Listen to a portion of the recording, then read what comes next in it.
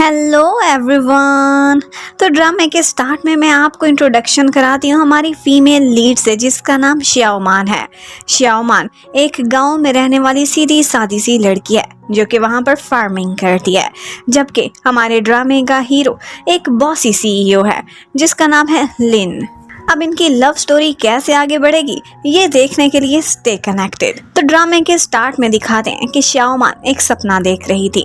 उसमें उसे ऐसे लगता है कि जैसे लिन उसे किस करने वाला है, लेकिन वो उठती है और फिर सोचने लगती है कि लिन क्यों वापस आएगा जब मैंने खुद ही उसे यहाँ से निकाल दिया है। उसे धक्के मार के भेजा गया था, लेकिन ऐसा क्यों हुआ है ये तो आगे जाकर ही पता चलेगा। अब हमें फ्लैशबैक में ले जाते हैं जहाँ से ये कहानी असल में स्टार्ट होती है। श्याओ गांव में नदी किनारे बैठे अपने कपड़े धो रही थी कि यहीं पर ही लिन का असिस्टेंट आता है जो कि उससे एक एंगेजमेंट कॉन्ट्रैक्ट के बारे में बात कर रहा था। यहाँ पर श्याओ को पता चलता है कि उसके दादाजी ने कुछ सालों पहले उसकी एंगेजमेंट फिक्स कर दी थी और वो की थी लिन के दादाजी से। लेकिन ये लिन कौन है, कहाँ से आया है, उसकी शक्ल भी उसने कभी नहीं देखी थी। उसे ऐसे लगने लगता है कि जैसे ये लोग कोई मेरे साथ फ्रॉड कर रहे हैं। लिन ये सारा कुछ अपने असिस्टेंट के कैमरा के थ्रू लाइव देख रहा था और यहाँ पर श्याओ कहती है तुम लोग मुझसे स्कैम करने आए हो। अब ये भी कहोगे कि जो मिस्टर लिन है ये बहुत हैंडसम है और एक बिलियनियर भी है। तो असिस्टेंट कहता है हाँ सच में ऐसा है। ये सुनते ही वो असिस्टेंट को पानी में धक्का दे देती है। ये देखकर लिन को अंदाजा हो गया था कि ये लड़की किसी से हैंडल होने वाली नहीं है, इसलिए मुझे खुद ही जाना होगा। और अब वो श्याओ के गांव में पहुंच चुका था। उसी टाइम पर श्याओ के पास उसकी मम्मी आती हैं और उसे कन्विंस कर रही हैं कि आज जो ब्लाइंड डेट तुम्हारी आंटी ने तुम्हारे लिए अरेंज की है, प्लीज वेल बिहेव्ड रहना। मैं चाहती हूँ कि जल्दी से जल्दी तुम शादी कर लो। और साथ ही साथ मम्मीज वाला ब्लैकमेल भी उसे करती है कि मैं चाहती हूँ कि इस दुनिया से जाने से पहले मैं तुम्हारी शादी देख कर जाऊँ। इतने में श्याओमान वहाँ पर गाड़ी से उतरता है तो लोग उसकी लग्जरी कार देखकर हैरान रह जाते हैं। उन्होंने इस तरह की गाड़ी पहले अपने गांव में आते कभी नहीं देखी थी।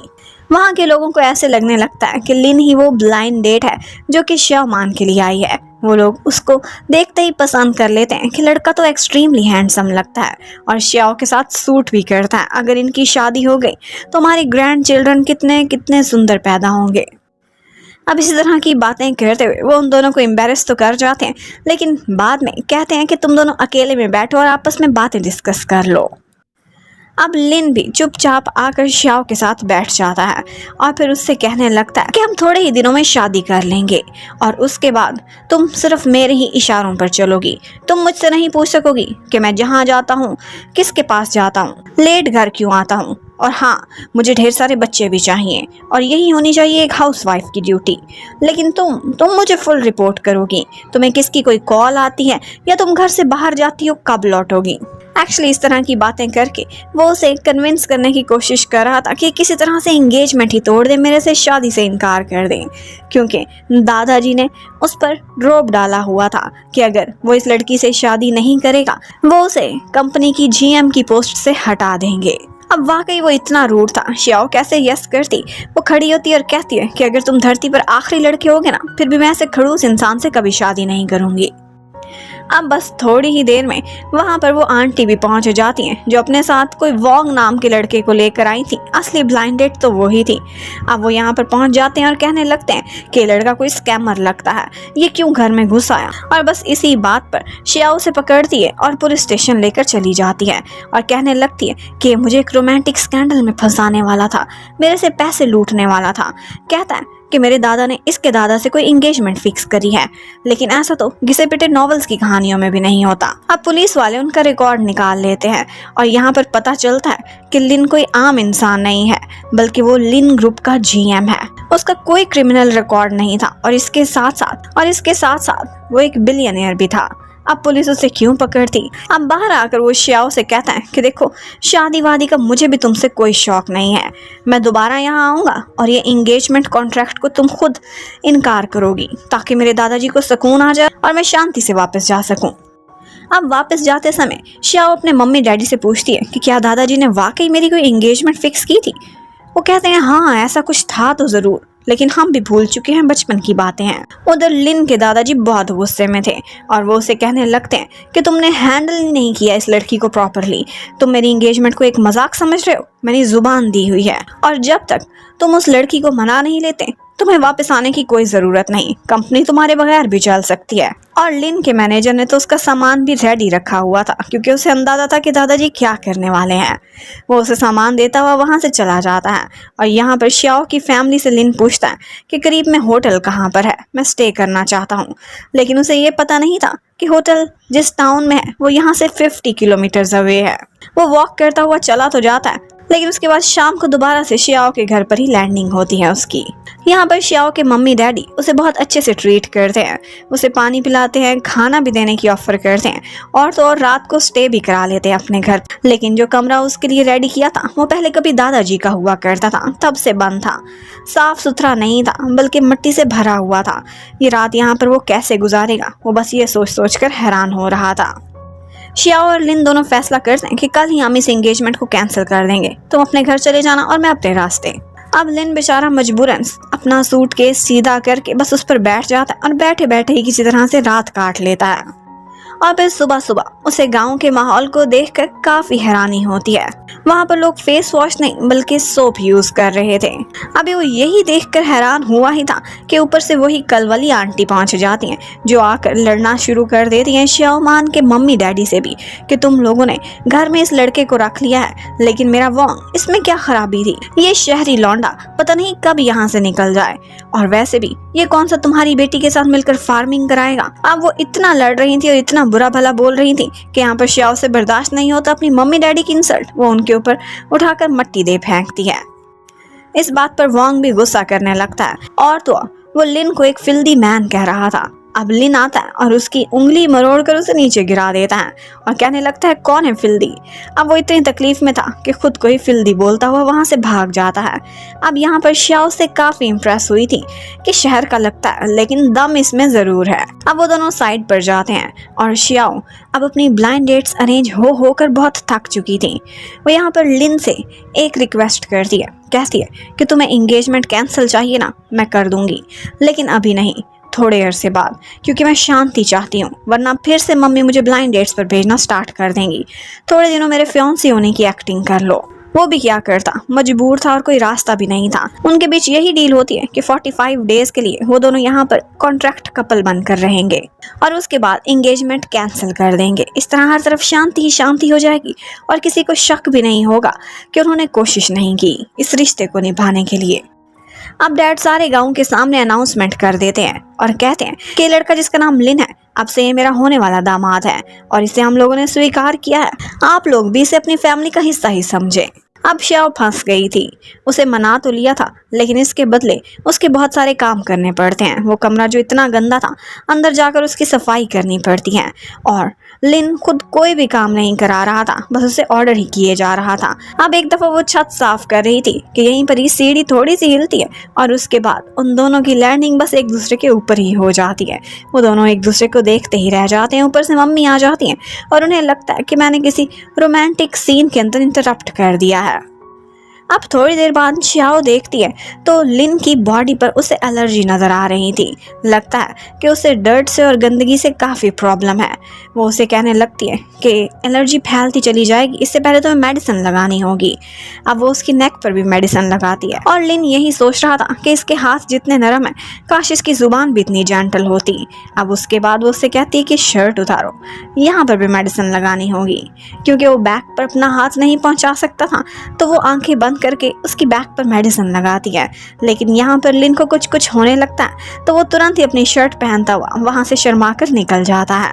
अब श्याओ और उसकी फैमिली तो चली गई थी खेतों में काम करने के लिए।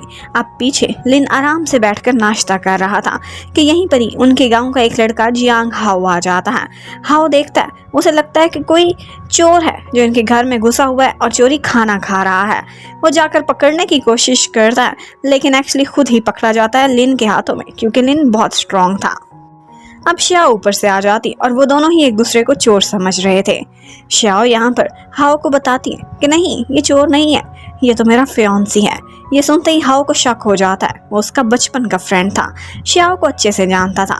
कहने लगता है कि ये सब कैसे, इसे कभी देखा ही नहीं और मिनट में तुम्हारा फियांसी भी बन गया एक दिन में।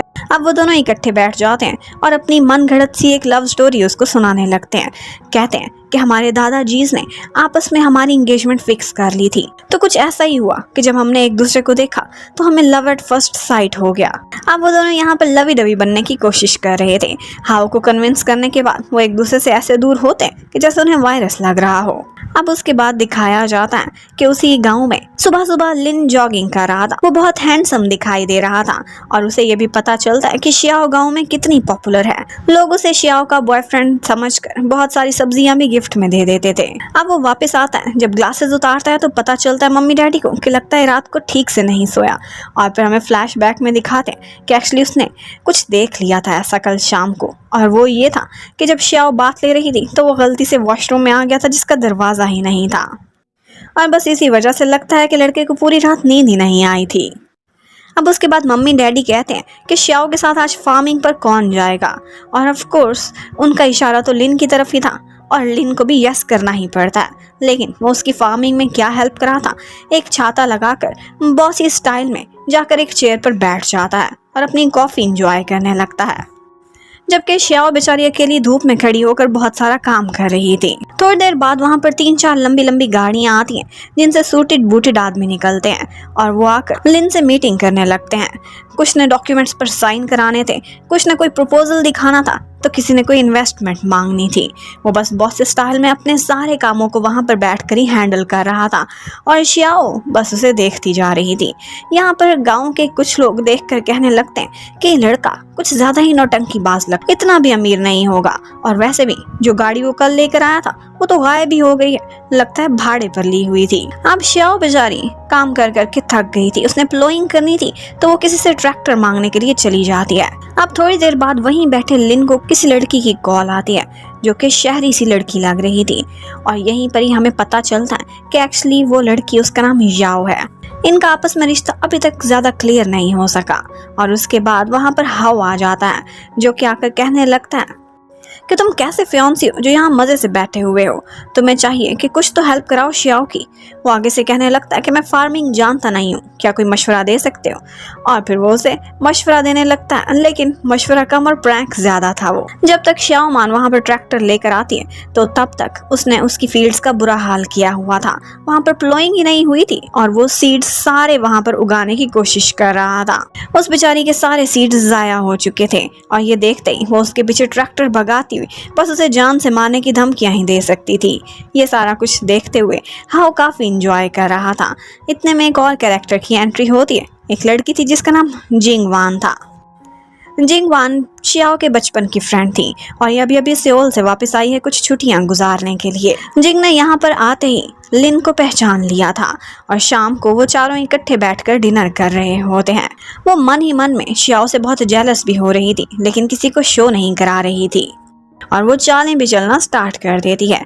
वो जानबूझकर अपना एक इयररिंग वहां पर लिन के कपड़ों के पास गिरा देती है ताकि वो बाद में वो लेने के बहाने उससे मिल सके, जबकि लिन उसे काफ़ी शर्मिंदगी होती है।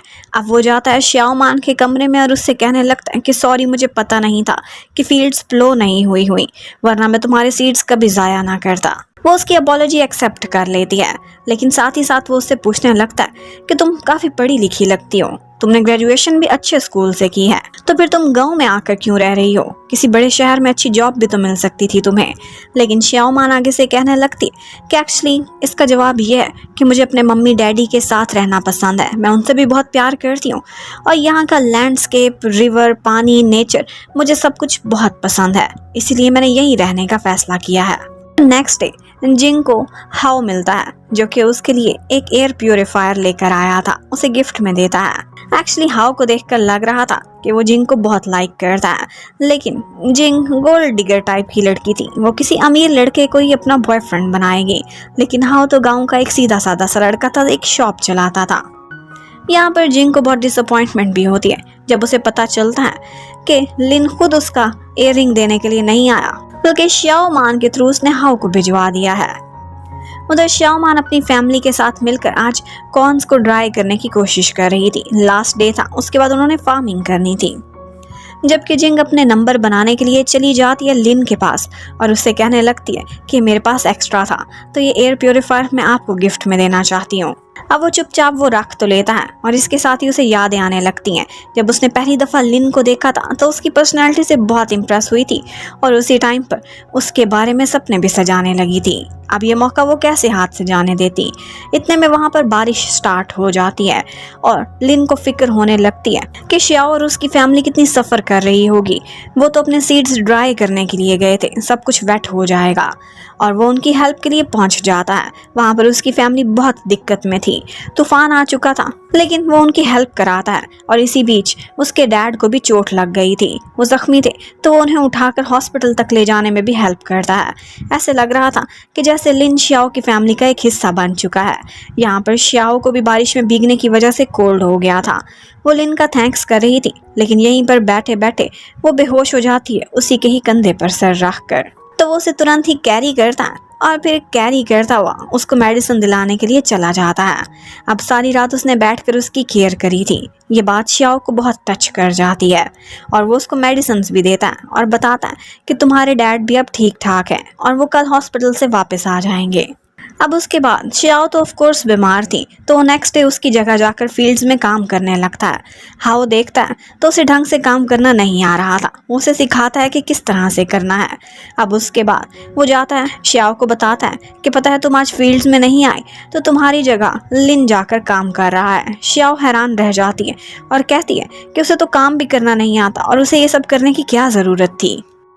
जबकि हाउ वो नोटिस कर लेता है कि जो उसने जिंग को गिफ्ट दिया था वो एयर प्योरीफायर अब इस वक्त लिन के कमरे में पड़ा हुआ है और जिंग लिन के करीब आने के लिए बार बार बहाने तलाश कर रही है, लेकिन लिन उसे ज़्यादा लिफ्ट नहीं कराता। लगता है कि उसकी चालों को अच्छे से समझ चुका था। वो इसी बारे में जाकर जिंग से पूछता है कि मैंने तुम्हें जो गिफ्ट दिया था वो लिन के पास क्या कर रहा है। जिंग झूठ बोल देती है कि मैंने तो वो श्याओ को दिया था, मुझे उसकी ज़रूरत नहीं थी, तो शायद श्याओ ने ही लिन को दिया हो। ये सुनकर एक दफ़ा तो हाओ की तसल्ली हो जाती है। जबकि उधर लिन रात को जब शावर ले रहा था तो वहीं पर ही वॉशरूम में पहुंच जाती है ऊपर से श्याओ भी, जो कि उसे इस तरह से देख लेती है और फिर वो इतनी शॉक्ड हो गई थी कि उसके बाद वो गिरने ही वाली थी कि यहाँ पर लिन उसे हाथ पकड़कर संभाल लेता है और उनके बीच एक रोमांटिक सा सीन क्रिएट हो गया था। ये देखकर श्याओ शर्मा के वहाँ से भाग जाती है। लिन को भी अंदाजा होता है उसके इतने क्लोज आने से कि ये क्या, मेरे दिल को कुछ हो क्यों रहा है, कहीं मैं इसके लिए फॉल तो नहीं कर रहा नाटक करते करते। अब नेक्स्ट डे डैड उसे फर्टिलाइजर्स लेने के लिए भेज देते हैं और लिन जब आ रहा था तो रास्ते में फर्टिलाइजर्स की बोरियां भी जगह जगह गिराता जा रहा था। उससे कुछ अंदाज़ा नहीं था इन कामों का। जब वो आता है तो कुछ बोरियां मिसिंग हो गई थी। श्याओ उसे थोड़ा बहुत डांटती तो है, वो वापस जाकर दोबारा चीज़ें उठाने की कोशिश करता है। कुछ मिलती हैं और कुछ नहीं। उसे श्याओ से डर भी लग रहा था और कहीं कहीं उसके क्यूट से फेसेस भी दिखाई दे रहे थे। वो सोचने लगता है कि मेरी आंखों के आगे से हटती क्यों नहीं है। अब जब वो घर जाता है तो श्याओ उस टाइम पर कुकिंग कर रही थी। लिन उससे सॉरी करता है, वो तुरंत ही उसे माफ़ कर देती है और इसके साथ साथ वो उसकी कुकिंग में हेल्प भी कराता है। वो उसे एक फूड टेस्ट भी कराती है और ये करते हुए दोबारा से लगता है कि लिन के दिल की घंटियां बज चुकी थीं। अब वो एक दिन उसे अपने गांव की सैर करा रही थी। वो उसे जंगल में अपनी एक सीक्रेट बेस जाकर दिखाती है। यहाँ पर उसने कुछ प्लांट्स भी लगाए हुए थे और एक वाटर का सिस्टम भी वहाँ पर था। उसने एक छोटा सा इकोसिस्टम वहाँ पर बनाया हुआ था जो कि रिसाइकलिंग पर डिपेंड करता था। उसकी ये थॉट्स और इनोवेशंस देखकर लिन काफ़ी हैरान होता है और उसकी तारीफ भी करता है। श्याओ से कहती है कि मम्मी डैडी को इस बारे में ना बताना, नहीं तो वो कहेंगे कि तुम फजूल में अपने टाइम और अपनी एनर्जी वेस्ट कर रही हो। इस सीक्रेट जगह पर वो सिर्फ लिन को ही लेकर आई थी। इतने में वहाँ पर फाउंटेन चल पड़ता है और वो दोनों ही भीग जाते हैं और एक दूसरे के बहुत क्लोज भी हो जाते हैं। यहाँ पर श्याओ देखती है तो उसे देखती ही रह जाती है और लिन का भी यही हाल था। फिर वो खुद को संभालते हैं और फाउंटेन बंद करते हैं। वहाँ से वापस जाते समय लिन ने एक रोज़ भी तोड़ लिया था और वो सोच रहा था कि क्यों ना श्याओ को अपने मन की बात ही कर दूँ। वो बस अपनी पॉकेट से रोज़ निकालने ही वाला था कि इतने में वहां पर किसी और की एंट्री होती है और वो था फेंग, जो कि श्याओ को देखते ही उसे पहचान जाता है। श्याओ भी उसे देखकर खुश हो जाती है। ये शहर में उसकी यूनिवर्सिटी में उसका फेलो हुआ करता था। वो आज उसी के ही गांव में अचानक से पहुंचा हुआ था। लेकिन जब वो देखता है कि यहाँ पर श्याओ का एक फियांसी भी है तो ये देख वो काफी हैरान रह जाता है और जेलस भी होता है। जेलसी से बुरा हाल तो दूसरी तरफ लिन का भी हो रहा था, क्योंकि उसे लग रहा था कि श्याओ इससे काफी क्लोज है, क्योंकि वो उसे अपने गांव की सैर कराने के लिए निकल जाती है। एक्चुअली वो वहाँ पर फोटोग्राफी करने के लिए आया था, एक प्रोजेक्ट पर काम करने। वो उसे अपनी स्कूटी पर सैर कराने जा रही थी, जबकि पीछे से हाओ आता है और कहता है कि आओ हम मिलकर इन पर नजर रखते हैं। अब वो दोनों चोरी चोरी उनका पीछा करते हैं और यहाँ पर जिस तरह से फेंग श्याओ के बहाने से क्लोज आ रहा था और फोटोज दिखाने के बहाने उसने उसका हाथ भी पकड़ लिया था, ये देख कर हाओ कहने लगता है कि क्या तुम्हें गुस्सा नहीं आ रहा? वो तुम्हारी फियांसी है लिन, तुम जेलस तो हो, जाकर उनको रोको। लेकिन लिन के मन में वाकई ऐसा हो रहा था, पर वो क्या करता, उनका तो कॉन्ट्रैक्ट रिलेशनशिप था। वो हाओ से कहने लगता है कि शांति बनाए रखो, कोई बात नहीं, ये दोनों फ्रेंड्स ही तो हैं। अब वो किसी तरह से दिल पर पत्थर रख के वहाँ से चला जाता है और फिर नेक्स्ट डे हमें पता चलता है कि एक्चुअली फेंग को वो गाँव बहुत पसंद आ गया है और उसने वहाँ पर फोटोग्राफी करते करते वहाँ की ब्यूटी पर एक डॉक्यूमेंट्री बनाने का फैसला किया है, ताकि बहुत से टूरिस्ट भी वहाँ पर आ सकें। जिंग बहुत चालाक थी, उसने नोटिस कर लिया था कि फेंग श्याओ को लाइक करता है। वो उसे कह देती है कि तुम दोनों इकट्ठे बहुत अच्छे लगते हो, काश तुम दोनों एक कपल बन सको। और बस ये बात फेंग के दिल में ही बैठ जाती है। वो सोचता है कि इस बारे में जरूर कोशिश करेगा। अब उसके बाद वो उसके मम्मी डैडी से भी मिलता है। वो आजकल उन्हीं के ही गाँव में रह रहा था। यहाँ पर लिन जानबूझकर उससे कह देता है कि तुम मुझे जीजू भी कह सकते हो। वो एक्चुअली फेंग को उसकी लिमिट्स याद दिला रहा था कि श्याओ के ज्यादा क्लोज मत होना। अब उसके बाद वो उसे गरम गरम पानी सर्व कर रहा होता है कि जानबूझ के फेंग वो पानी अपने हाथों पर गिरा देता है ताकि उसे श्याओ की हमदर्दियां हासिल हो। श्याओ अब तुरंत ही डांटने लग जाती है और लिन से कहती है तुम केयर नहीं कर सकते, वो हमारा मेहमान है, और अंदर ले जाती है उसे मेडिसिन लगाने के लिए। उसे वो मेडिसिन लगा रही होती है कि लिन बहुत जेलस होता है कि इस लड़की को सबकी नर्स बनने की क्या जरूरत है। और फिर उसके बाद लिन देखता है तो श्याओ को फेंग स्केटबोर्ड पर स्केटिंग करना सिखा रहा था। वो उसको भी ऑफर कराता है, लेकिन लिन क्या करता, नखरा थोड़ा ज्यादा था, इनकार करके वहां से चला जाता है। लेकिन शाम को श्याओ तलाश कर रही थी कि मेरा स्केटबोर्ड कहीं नजर नहीं आ रहा। साथ ही उसे पता चलता है कि लिन भी हाओ की शॉप पर गया हुआ है। वो सोचती है कि इतनी रात को अभी तक लौटा नहीं। पता चलता है वो एक जगह जाकर स्केटबोर्ड पर स्केटिंग की प्रैक्टिस कर रहा था, क्योंकि उसे मालूम पड़ा था कि फेंग से श्याओ इसी वजह से इम्प्रेस हुई है क्योंकि वो बहुत अच्छा स्केटबोर्ड चलाता है। अब इसी प्रैक्टिस के बीच वो बेचारा एक दफा गिर भी जाता है झाड़ियों के बीच, और उसी टाइम पर श्याओ से तलाश करने के लिए आई हुई थी। अब वो चुप कर वहां पर बैठा हुआ था कि श्याओ मुझे इस हाल में ना देख ले, वरना बहुत एम्बेरसमेंट होगी। लेकिन श्याओ से तलाश कर ही लेती है और उसके बाद काफी हंसती भी है, क्योंकि वो स्केटबोर्ड के साथ वहां पर जिस तरह से गिरा पड़ा था उसे कहने लगती है कि चोरी चोरी क्या जरूरत थी, तुम मेरे सामने भी ये प्रैक्टिस कर सकते थे। अब नेक्स्ट मॉर्निंग वो लोग फोटोग्राफी के लिए जा रहे थे और लिन भी जबरदस्ती उनके साथ ही चिपक जाता है। फेंग जानबूझकर लिन को जेलस कराने के लिए उसे कैमरा पर फोकस करने को कहता है और उसके बाद वो जाता है और श्याओ का पोज ठीक करा रहा था। लेकिन वो जिस तरह से उसके क्लोज आ रहा था, ये देखकर लिन को बहुत जेलसी होती है। वो जाकर उसे अपनी श्याओ से दूर कर देता है और श्याओ हैरान थी कि दोनों लड़के बच्चों की तरह क्यों लड़ रहे हैं। और हाओ तो बस लिन की साइड लेता है कि ऑफ कोर्स वो फियांसी है उसके कोई इतना क्लोज आएगा तो लिन को प्रॉब्लम तो होगा ना। अब वो लिन को साइड पर लेकर जाती है और उससे कहने लगती है कि ओवर एक्टिंग करने की जरूरत नहीं है, तुम भूल गए क्या, हम सारी दुनिया के सामने सिर्फ एक्टिंग कर रहे हैं, इतनी भी एक्टिंग ना करो जिससे मुझे प्रॉब्लम होने लगे, इसलिए चुपचाप साइड पर खड़े रहो, नहीं तो यहाँ से निकलो। अब वो बेचारा क्या करता, जा तो नहीं सकता था, उन पर नजर रखने के लिए वहीं खड़ा रहता है। लेकिन इसी बीच एक पॉइंट ऐसा आता है कि यहाँ पर फेंग पानी में गिरने वाला था, वो उसे बचा सकता था, लेकिन वो उसके कैमरा को बचा लेता है और उसे पानी में गिरा देता है। पानी बहुत ठंडा था, यहाँ पर गिरने की वजह से फेंग को कोल्ड हो जाता है। अब वो घर जाकर कहने लगता है कि थोड़ी देर पहले यही फेंग ही तो कह रहा था कि मेरा कैमरा मेरी जान से भी ज्यादा कीमती है, तो बस इसी वजह से मैंने इसे गिरने दिया और कैमरे को बचा लिया, मैंने कुछ गलत नहीं किया। अब थोड़ी देर बाद वो देखता है तो श्याओ ने फेंग के कपड़े उठाए हुए थे जो भीगे हुए थे, वो उन्हीं को धोने के लिए जा रही थी। ये देखकर लिन को बहुत जेलसी होती है। थोड़ी देर बाद फेंग बाहर आता है और आकर लिन से कहने लगता है कि तुम जान तो चुके होगे कि मैं क्या चाहता हूँ, एक्चुअली मेरा कॉलेज के ज़माने से श्याओ पर क्रश है और मैं फाइट करूंगा, आखिरी दम तक लड़ूंगा। यहाँ पर वो बिल्कुल ठीक बोल रहा था, लेकिन थोड़ी देर बाद बीमारों जैसी आवाज़ निकाल कर कहने लगता है कि श्याओ मैं खुद ही अपने कपड़े धो लूंगा, कोई बात नहीं। अब उसके बाद वो लोग रात को इकट्ठे बैठकर ड्रिंक कर रहे थे, खाना भी खा रहे थे और यहीं पर इन दोनों बॉयज़ के बीच दोबारा से ही कंपटीशन स्टार्ट हो जाता है। वो यही कहने लगते हैं कि हम में से कौन है जिसकी ड्रिंकिंग कैपेसिटी ज़्यादा है, और इसी मुकाबले में उन्होंने ड्रिंक करना स्टार्ट कर दिया था। लेकिन लिन पहले ही टुन हो जाता है और टुन होते ही उसकी लैंडिंग होती है सीधा श्याओ के शोल्डर पर। अब वो लोग लिन को उसके कमरे में जाकर लिटा देते हैं। वो एक दफ़ा तो बेहोश हो गया था, लेकिन उसके बाद अचानक से उठता है और श्याओ को अपने क्लोज कर लेता है और कहता है कि मुझे कब तक ये नाटक करना होगा। मुझे लगता है कि ये नाटक करते करते मैं रियल और फेक के बीच फ़र्क ही भूल चुका हूँ। और ये बात वहाँ पर खड़े जिंग और फेंग दोनों सुन लेते हैं और उन्हें शक हो जाता है कि शायद इनका रिलेशनशिप ही फेक है। अब जिंग बाहर लेकर जाती है और श्याओ से पूछने लगती है कि क्या रियलिटी है। श्याओ कुछ बताने से घबरा रही थी, तो वो उससे कहने लगती है कि क्या तुम्हें पता है, मैंने तुम्हें एक दफ़ा बताया था कि शहर में मेरा किसी पर क्रश है और वो कोई और नहीं बल्कि यही लिन है। इसको जब मैंने पहली दफ़ा देखा था तो मुझे इससे प्यार हो गया था। मैं इसे पाना चाहती हूँ, बहुत प्यार करती हूँ, लेकिन बस खामोश हो गई थी जब सुना कि ये तुम्हारा फियांसी है, तुम्हें कुछ नहीं बताया। अब ये सुनकर श्याओ को उससे हमदर्दी हो जाती है। वो कहने लगती है कि असल में बात यह है कि जो अभी ये फेक और रियल बोल रहा था वो हमारे रिश्ते के बारे में थी। हमारा रिलेशनशिप अभी कॉन्ट्रैक्ट पर बेस करता है, सिर्फ 45 डेज का है। जबकि उधर फैंग को भी अंदाजा हो गया था, तो वो नेक्स्ट डे जाकर लिन से यही बात करने लगता है। लेकिन आगे से लिन भी उसे सुना देता है और कहता है कि मेरा और श्याओ का जो भी रिश्ता है तुम्हें उससे कोई मतलब नहीं होना चाहिए, मैं तुम्हें कभी विन नहीं करने दूंगा, ये तुम याद रखना। अब उसने रात को ड्रंक होकर क्या क्या बोल दिया था, इसी वजह से श्याओ काफ़ी परेशान थी और वो लिन को ज़्यादा भाव भी नहीं दे रही थी। और यही बात उसे जिंग से भी पता चल जाती है कि उसके बोलने के बाद अब श्याओ ने जिंग को बता दिया है कि उनका रिलेशनशिप फेक है। अब वो बार बार उसके पास जाने की कोशिश करता है, पर वो उसे ठीक से बात नहीं कर रही थी और इसी बात पर उन दोनों की आपस में लड़ाई हो जाती है।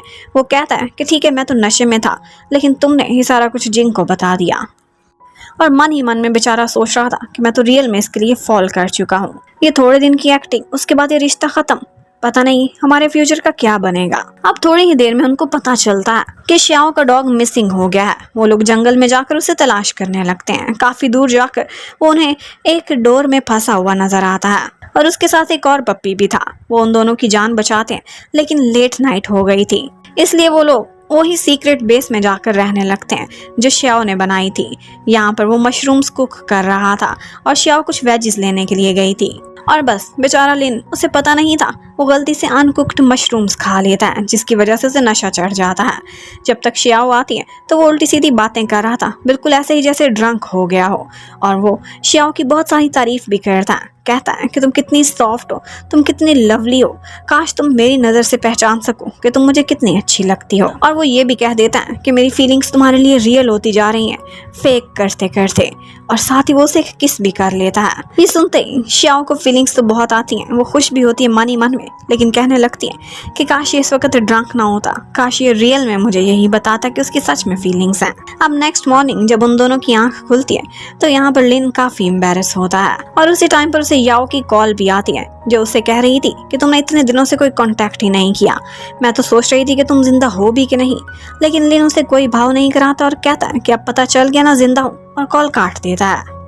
वहां से वापस जाते समय लिन बहुत कोशिश करता है श्याओ का हाथ पकड़ने की, लेकिन हिम्मत नहीं जुटा पाता। जबकि श्याओ आज बहुत खुश नजर आ रही थी, उसके चीक्स आज ब्लश कर रहे थे। जिंग ने नोटिस किया था कि कल पूरी रात ये गायब थी, कुछ तो हुआ है इन दोनों के बीच, लेकिन वो उसे कुछ भी नहीं बताती। और फैंग, उसका पहले तो प्लान था कि उसने कल वापस चले जाना है, लेकिन वो कहता है कि मुझे थोड़े और दिन यहाँ पर रहना पड़ेगा क्योंकि मेरा कैमरा खराब हो गया है और उसकी सारी फोटोज भी डिलीट हो चुकी हैं, इसलिए वो रिपेयर होकर आएगा, मैं दोबारा से डॉक्यूमेंट्री बनाऊंगा।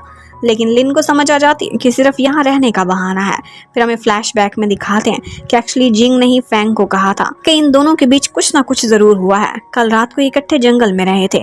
अब इस वक्त तुम चले गए तो कभी तुम्हारे हाथ में श्याओ नहीं आ सकेगी, इसलिए कोई ना कोई बहाना ढूंढो और यहीं के यहीं रह जाओ। अब वो मम्मी डैडी से रिक्वेस्ट करता है कि क्या मैं आप लोगों के घर पर रह सकता हूँ, लेकिन वहाँ पर एक ही कमरा था और वो लिन ने लिया हुआ था।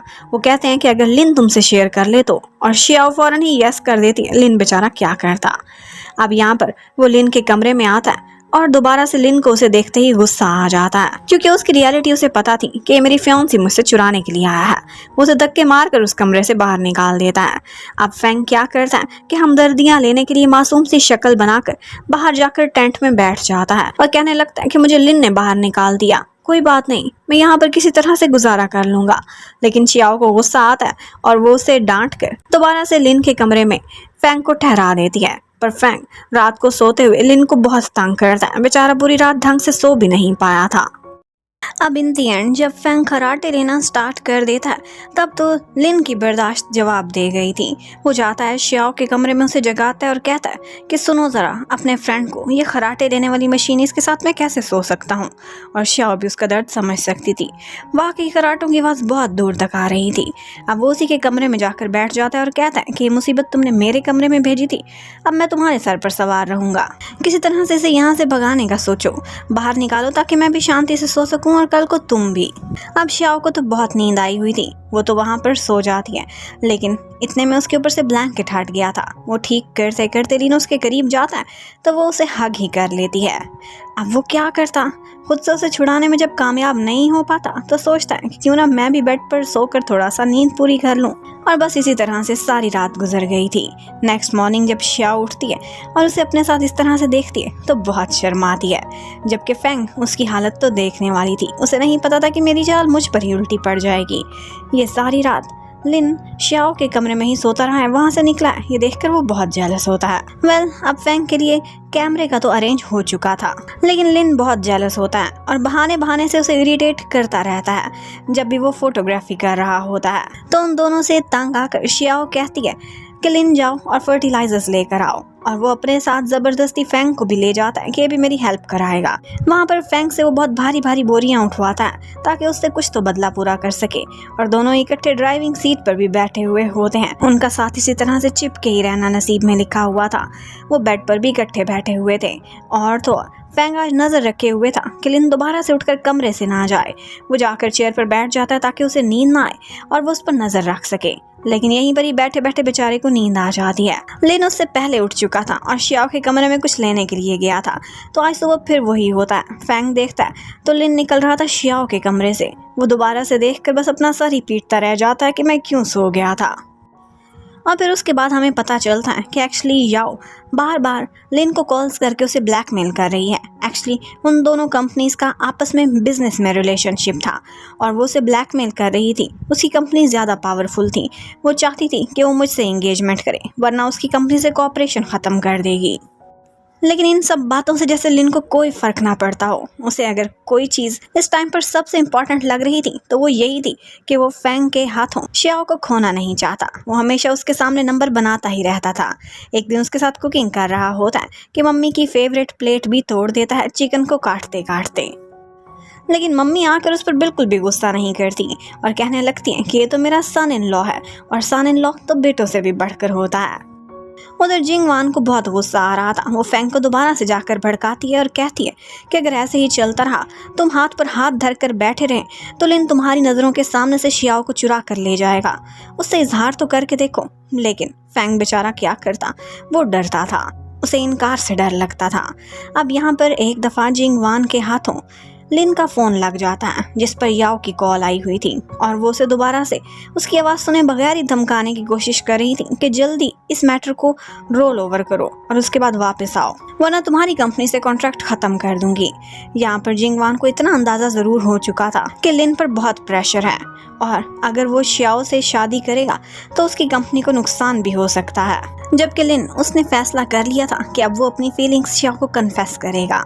वो जाता है और एक दिन जब वो सो रही थी तो उसकी रिंग का साइज लेने लगता है और जैसे ही वो उठती है तो वहाँ पर एक्टिंग करने लगता है कि मैं तो तुम्हारा स्केटबोर्ड लेने के लिए आया था। जबकि उधर जिंगवान उसको एक दिन हाउ मूवीज़ के टिकट देता है और जिंगवान उससे कहती है कि और तो कोई नहीं, क्या तुम मेरे साथ चलोगे? और इस बात पर वो बहुत खुश हो जाता है। वो तो हमेशा से उसे लाइक करता था।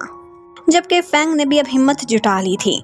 वो एक दिन शियाओ को मिलने के लिए बुलाता है और उससे कहने लगता है कि मैं तुम्हें लाइक करता हूँ, अभी से नहीं कॉलेज के ज़माने से। लेकिन आगे से शियाओ से इनकार कर देती है और कहती है कि मेरे मन में तुम्हारे लिए कोई फीलिंग्स नहीं, मैं तुम्हें सिर्फ एक फ्रेंड की नज़र से ही देखती हूँ और हम ऐसे ही रहें तो बेहतर रहेगा। वो पूछता है कि क्या तुम लिन को लाइक करती हो, उसकी वजह से इनकार कर रही हो, और वो अपना सर यस में हिला देती है।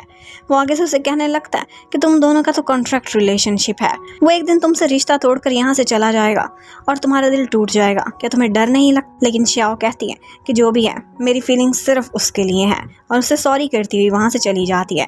और उन दोनों की ये बातें दूर खड़ा लिन भी सुन लेता है और उसे बहुत खुशी होती है और कॉन्फिडेंस भी मिलता है कि श्याओ भी उसके लिए वही फीलिंग्स रखती है जो वो उसके लिए सोचता है। अब वो उसे जाते जाते एक दफ़ा हाथ पकड़कर रोकता है और उसे सीने से लगा लेता है और उससे कहने लगता है कि अगर तुम्हें मेरी नज़दीकियाँ बॉदर कर रही हैं तो खुद को मुझसे दूर कर लो। लेकिन ऑफ कोर्स श्याओ ऐसा नहीं करती और यहीं से उन दोनों को कंफर्म हो जाता है कि वो दोनों ही एक दूसरे को लाइक करते हैं। और यही वो मौका था कि फेंग ने फैसला किया था कि वो थर्ड व्हील नहीं बनेगा। उसके बाद फेंग बिना श्याओ से मिले उसे एक लेटर देकर वहाँ से निकल जाता है। उस लेटर में उसने अपने दिल की हर बात लिख दी थी।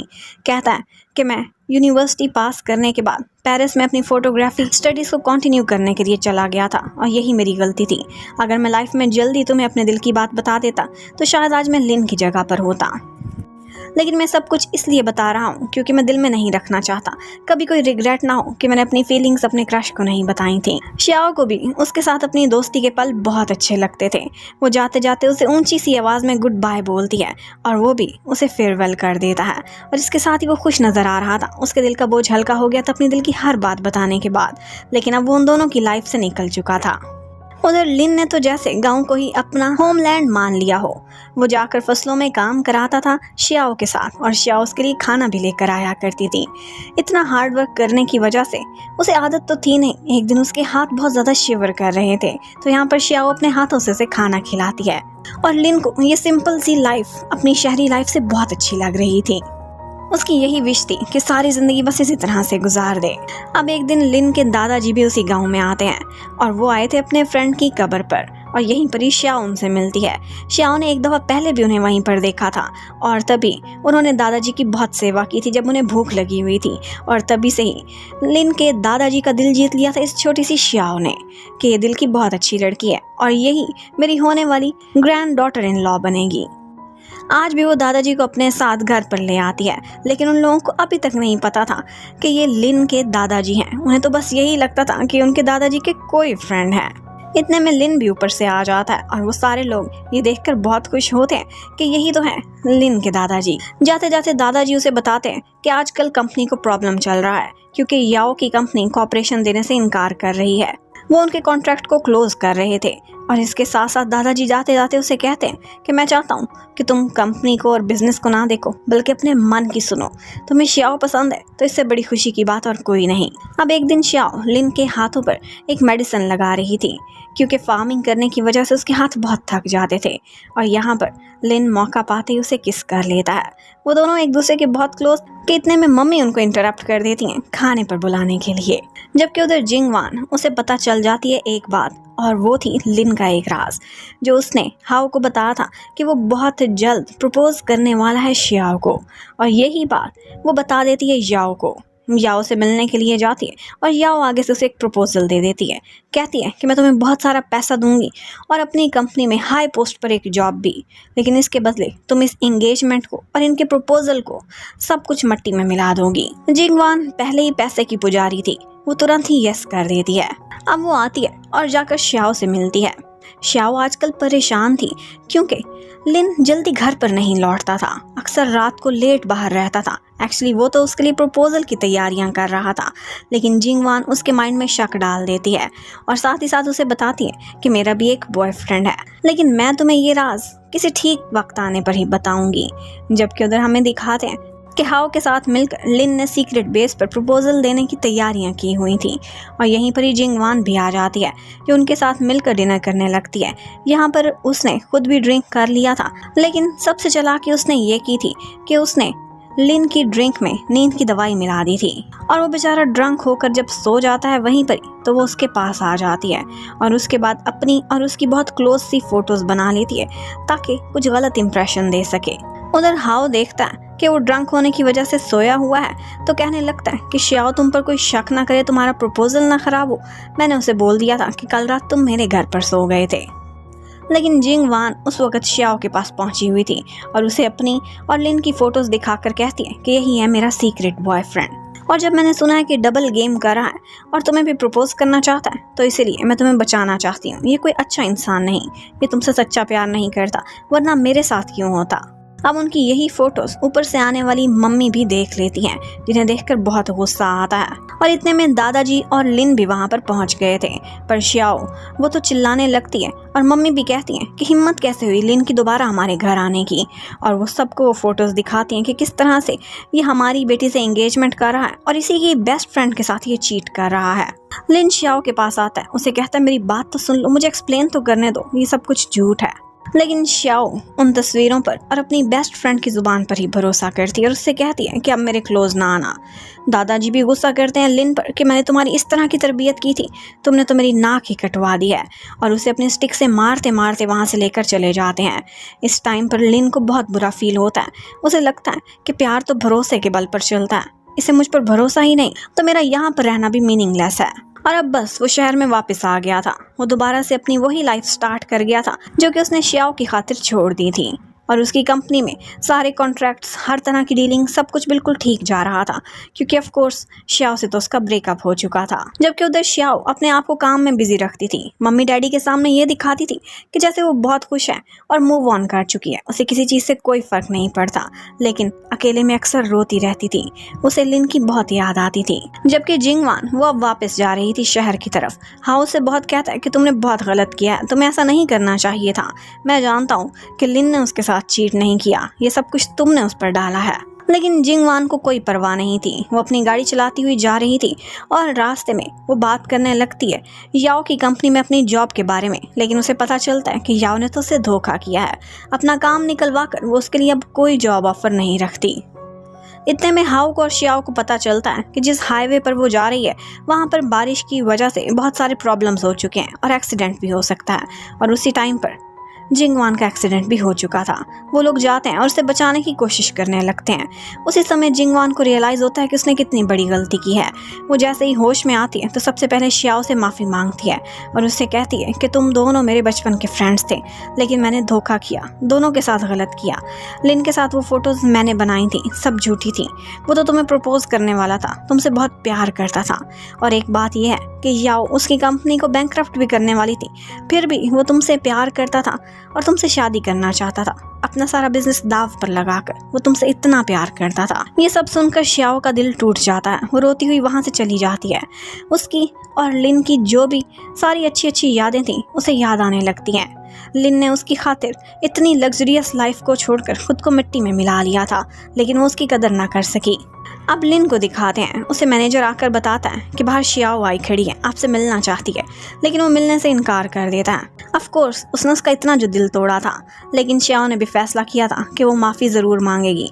सारा दिन वहीं पर बैठकर उसका वेट करती रहती है, लेकिन वो पीछे के दरवाजे से निकल जाता है। अब उसके बाद हमें दिखाते हैं कि लिन अपनी एक प्रेजेंटेशन दे रहा था, लेकिन उसी प्रेजेंटेशन के बीच उसके मैनेजर से गलती हो जाती है और उसके टैबलेट से वही वाली वीडियो चल जाती है जिसमें वो श्याओ को एंगेजमेंट कॉन्ट्रैक्ट के बारे में बता रहे थे और उन पर बिलीव नहीं कर रही थी। अब उनकी इतनी बड़ी पर्सनल वीडियो मीडिया पर लीक हो चुकी थी। ये देखकर लिन को बहुत गुस्सा आता है, वो तो मैनेजर की गलती पर उसे फायर करने का ऑर्डर करता है, लेकिन दादाजी उसके पास आ जाते हैं और कहते हैं कि इसे फायर करना कोई हल नहीं है, अब तो पूरी दुनिया जानती है कि मैंने श्याओ मान के दादाजी को जुबान दी थी, और अब अगर ये एंगेजमेंट वाली बात ना दबी तो हमारी कंपनी को और हमारी रेपुटेशन को बहुत नुकसान पहुंचेगा, इसलिए इस मैटर को अच्छे से हैंडल करना। अब नेक्स्ट डे हमें पता चलता है कि श्याओ मान को लिन की कंपनी में जॉब मिल गई है और वो एक ख़ास डिपार्टमेंट में वहाँ पर आई है जो कि था इकोलॉजी डिपार्टमेंट। लेकिन इकोलॉजी डिपार्टमेंट ये कहाँ पर है किसी को पता ही नहीं था, क्योंकि ये डिपार्टमेंट कल ही स्पेशली दादाजी ने बनवाया था और वहाँ पर पहला एम्प्लॉय उन्होंने श्याओ मान को ही रखा था। और उसका डेस्क भी उन्होंने जीएम के डेस्क के बिल्कुल सामने रख दिया था ताकि श्याओ मान लिन के सामने रहे और लिन का दिल पिघल जाए। काम के बहाने उसके क्लोज आती है और उसे एक्सप्लेन करने की कोशिश करती है, उसे माफ़ी मांगती है और उसे कहती है कि मुझे तुम्हारी एक्सप्लेनेशन सुननी चाहिए थी, मुझे तुम पर भरोसा करना चाहिए था, पर मुझसे गलती हो गई। पर वो उसकी कोई बात नहीं सुनता। इतने में याओ भी वहाँ पर आ जाती है और वो श्याओ को बताती है कि मैं इसकी होने वाली पत्नी हूँ और इसकी बिजनेस पार्टनर भी। और उसके बाद वो उसे अपने साथ कहीं डिनर पर ले जाने के लिए आई थी। वो जाती है और जाते जाते श्याओमान को जेलस भी कराती है।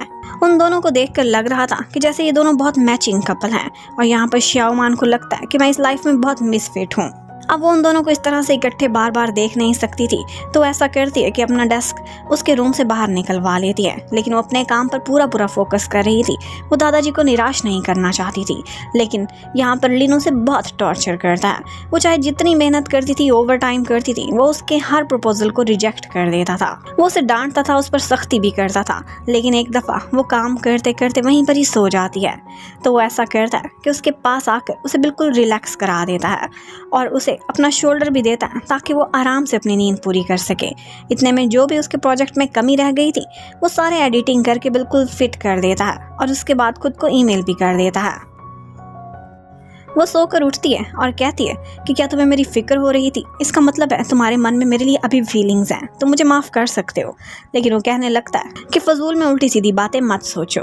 और उसके बाद हमें दिखाते हैं कि श्याओ ने उनकी कंपनी के लिए एक बहुत बड़ा इकोलॉजी से रिलेटेड प्रोजेक्ट प्रपोज किया है और यहाँ पर लिन भी उसकी बहुत हेल्प करता है। उसका प्रपोजल सबको बहुत पसंद आया था। लेकिन नेक्स्ट डे श्याओ को पता चलता है कि आज लिन नहीं आ रहा, क्योंकि वो याओ की फैमिली से मिलने गया है उनकी एंगेजमेंट पर बात करने के लिए। वो बहुत तड़पती है और जाकर उसे आवाज़ें देने लगती है। लेकिन यहाँ पर लिन उसे दिखाता है कि पागल हो गई हो क्या, मैं तो सिर्फ बिजनेस डिस्कशन के लिए इस होटल में आया हूँ।